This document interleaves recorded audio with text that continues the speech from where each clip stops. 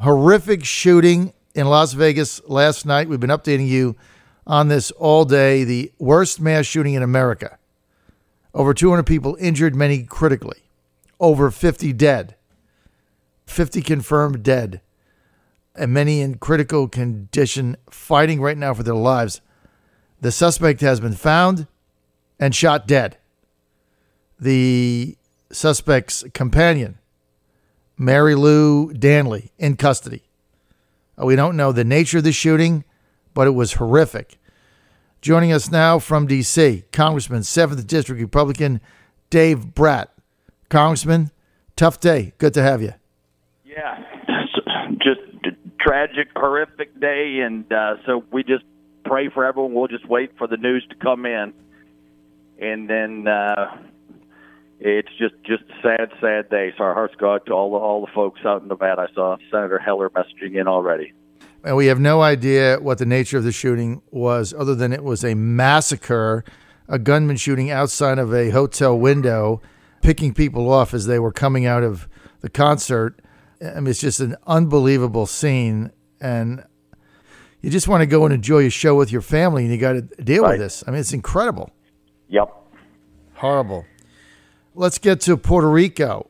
The president said, I don't really understand why everybody's criticizing me. We got 10,000 troops there. We got 800 FEMA workers. We've imported in truck drivers.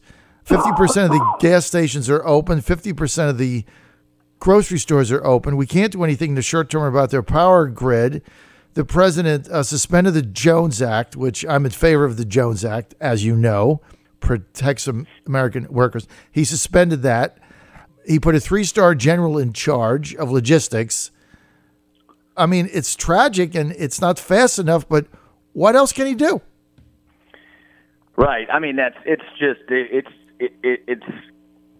pretty bad day when just every single thing goes to politics. I mean, none of it, if there was a Republican critiquing it, but the folks that are critiquing are all on the left.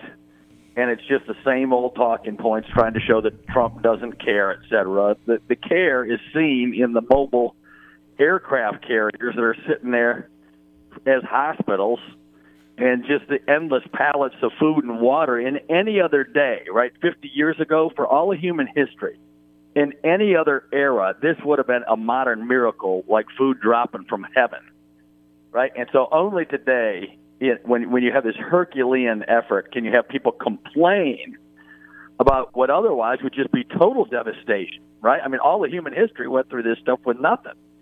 Now we're going to have that power grid. It's already being repaired. It's a huge undertaking. And so, I mean, it's too bad to see that the folks that are critiquing, they're always the one that say we want love and compassion and whatever. Well, you got food and water showing up by aircraft carrier and already stuff positioned there ahead of time. And so it seems like someday somebody ought to be thankful. But we do appreciate the immense suffering. And it's understandable that, the folks down there, I mean, it's hard to comprehend what they're going through, the pain that they feel. But the effort we're putting on is just tremendous. I mean, we ought to be proud of this country and all the great work we're doing. And yet instead it's got to be politicized. It's unbelievable. You turn a football game on, that's politicized. You put ESPN on to try to figure out what's going on with your team playing a football game, that's politicized. Yep. I mean, you go to a tragic response, that's politicized. No question, the shooting in Nevada, how long will it take? 10 hours or 2 hours before that's politicized? I mean, the bodies aren't even going to be in the morgue and they're going to start. Can't we just for once say, you know what, this is what happened without turning it into Trump sucks or guns are the problem or some political agenda? I mean, can't we just do this one time? If we could just do it one time, that would be a start, wouldn't it? Yeah, well, and I think the folks are starting to read through it. I mean, there really is a problem on the media and then the blogs. The number of folks out there that are actually griping, complaining isn't that big. But then the mainstream media gets a hold of it, and then the blogs get a hold of it, and it goes out, and it looks big. And so, in our neighborhoods and whatever, everybody cares about the people, in harm's way, and that's the way they think about it. But the people are getting sick of it. The human mind can only process so much of this negativity, and I think people are just starting to tune out in general. I have just countless people just turning off TVs and not reading news anymore. And there's just very little debate on the merits of things anymore. With the tax plan coming up, it's just all these little one-sentence pot shots with no context, no historical awareness, no understanding of the status quo. And so that's the big one we're going to be fighting coming up. And the status quo economy is not growing, and we got a great pro-growth tax reform coming up that's going to lower rates for the middle class, and yet that'll be pilloried like crazy. It's all for the rich, et cetera. It's just a constant refrain. And how's the current system working? Not so hot. And so we're doing the best we can. You got to just cut through the political noise and keep your chin down, do the hard work. We're working together. Republicans, good news. We got the House and the Senate and the White House look like we're all on the same page for this thing. There's still going to be some issues once it hits the swamp, right? All the K Street special interests, they're going to come in hardball right now on their interests. But it's looking like we're moving down the road. We're going to end up in a good place, I hope. Well, I tell you what, Congressman, two things I want to comment on. One is that exactly what you said is what my wife said on Sunday when we had CNN on, and she was walking by, and they were blasting the president on his response, and the other mayor say, and she said, I'm so sick of that. I don't even watch it because it's like I can predict what they're going to say before they say it. It's so boring. And she said, I'm more dug in for Trump now than ever because I'm just sick of these people.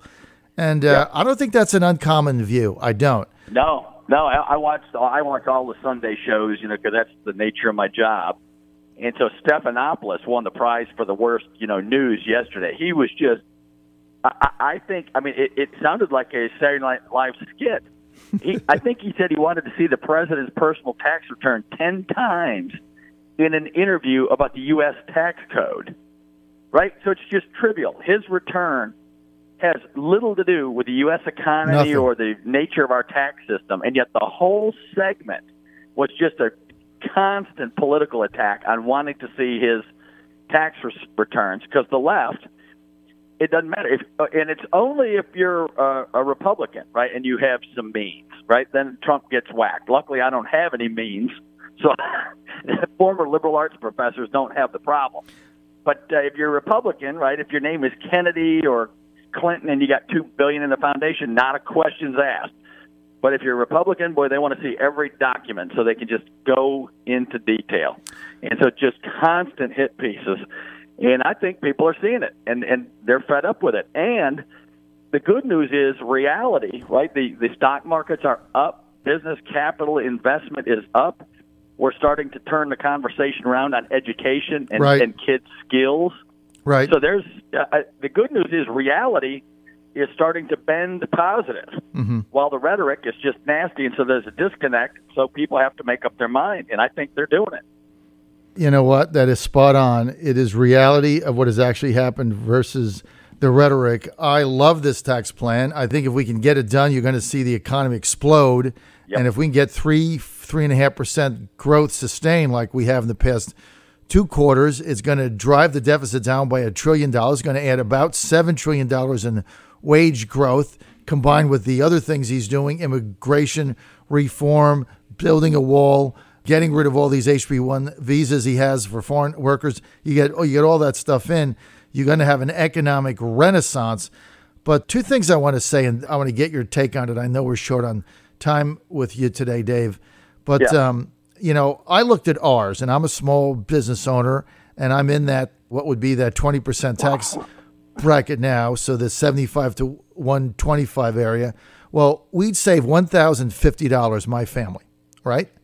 Now, that's $80 a month, all right? For me, $80 a month, Dave, is a lot of money for what I make. I mean, it's new basketball shoes for my child. It's more clothing. It's I can take him to a basketball. I can take him to a Wizards game. There's all kinds of things. $80 to some people a month is a lot of money. But I'm watching the shows mocking that as if, well, that's nothing. That's $8 a month. And this is being said by people making, $300,000-$400,000. I mean, their level of out of touch with average working Americans, Dave Brat, is stunning. There's a lot of people in the United States that $80 a month is a big deal. Right. No, that's the elite's view from on high. They're used to carting around in the Mercedes up in D.C. in the swamp.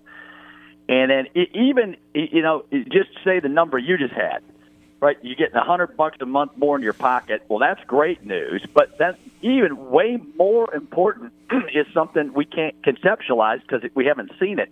But wages have been flat for 30 years. So not only do you get a little bit, in tax rate reduction for everybody, and that's going to go a long way. But the huge piece is economic growth. And we say that, but we don't spend any time to analyze that. That means your income, instead of being a flat line for 30 years, is going to start going up again like it always used to. That's the American dream. And that businesses will start hiring your kids. Wage rates will go up. Your stock market portfolio will go up. Your retirement account will go up. We're not used to that. And so that's the big missing piece, that in addition to the $100 a month in your pocket, you're going to get a way bigger piece because all your assets and value is going to go up and up and up. And that's compounded every year. And so there's great news coming. I'm very optimistic on this because I think there's just pent-up demand. Right? Everybody's been waiting for the past 10 years when they were scared of their federal government.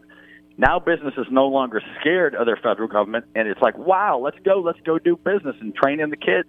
And so I feel pretty good. Well, we have a Republican president who has proposed it, a Republican House, and a Republican upper chamber. If you can't pass it now, I don't know what the reason it'd be. And I can say that if the Senate blows this, there's going to be hell to pay. Because then people are going to say, what is even the point of the Republican Party as a whole? Like, who cares about it? Right. And there's a few people who are already starting to send signals. Yep. And so we'll just see. I don't want to go negative on that stuff until we see what's going on. But you're right. I just feel terrible for the average American. We've got a lot of senior citizens, grandmas, grandpas sending in $20 a month to the Republican Party thinking they believe in the American dream. And we better not let those people down because that's crushing to me. Absolutely. All right. You have to take off. We're out of time. This is the John Fredericks Radio Network. We want to thank Congressman Dr. Dave Brat for being with us, Republican 7th District, Virginia. Good to have you, Dr. Brat. As always, you're a breath of fresh air, just like me. That's why we get along. John. Thank you so much. You got it. More information, DaveBrat.com.